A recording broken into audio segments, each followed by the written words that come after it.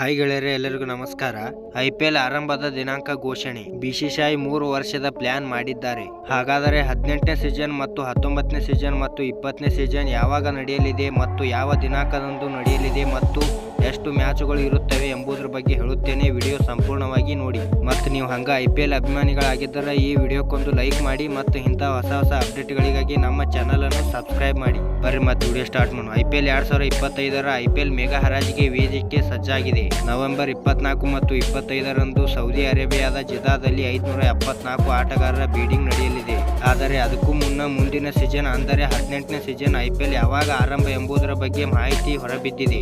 ESPN ಕ್ರಿಕ್ info ವರದಿ ಪ್ರಕಾರ ಮುಂದಿನ ಸೀಸನ್ IPL ಮಾರ್ಚ್ 14ರಿಂದ ಆರಂಭವಾಗಲಿದ್ದು ಮೇ 25ರಂದು ನಡೆಯಲಿರುವ ಫೈನಲ್ ಪಂದ್ಯದೊಂದಿಗೆ ಟೂರ್ನಿಗೆ ಮುಕ್ತಾಯಗೊಳ್ಳಲಿದೆ.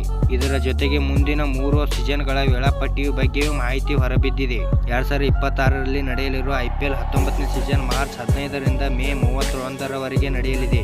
ಇನ್ನು 2027ರ IPL 20ನೇ ಸೀಸನ್ ಮಾರ್ಚ್ 14ರಿಂದ ಮೇ 30ರವರೆಗೆ ನಡೆಯಲಿದೆ.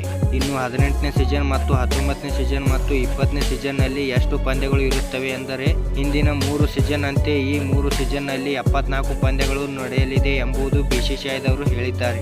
ಧನ್ಯವಾದಗಳು ಇಲ್ಲಿಯವರೆಗೆ ವಿಡಿಯೋ ನೋಡಿದ್ದಕ್ಕೆ. ವಿಡಿಯೋ ಹೇಗೆ ಆಗಿದೆ ಎಂದು ಕಮೆಂಟ್ ಮಾಡಿ ಮತ್ತು ಇಂಥ ಹೊಸ ಅಪ್ಡೇಟ್ಗಳಿಗಾಗಿ ನಮ್ಮ ಚಾನಲ್ ಅನ್ನು ಸಬ್ಸ್ಕ್ರೈಬ್ ಮಾಡಿ ಮತ್ತು ಹಂಗ ವಿಡಿಯೋ ನಿಮ್ಮ ದೋಸ್ತರಿಗೆ ಶೇರ್ ಮಾಡಿರಿ. ನಮಸ್ಕಾರ.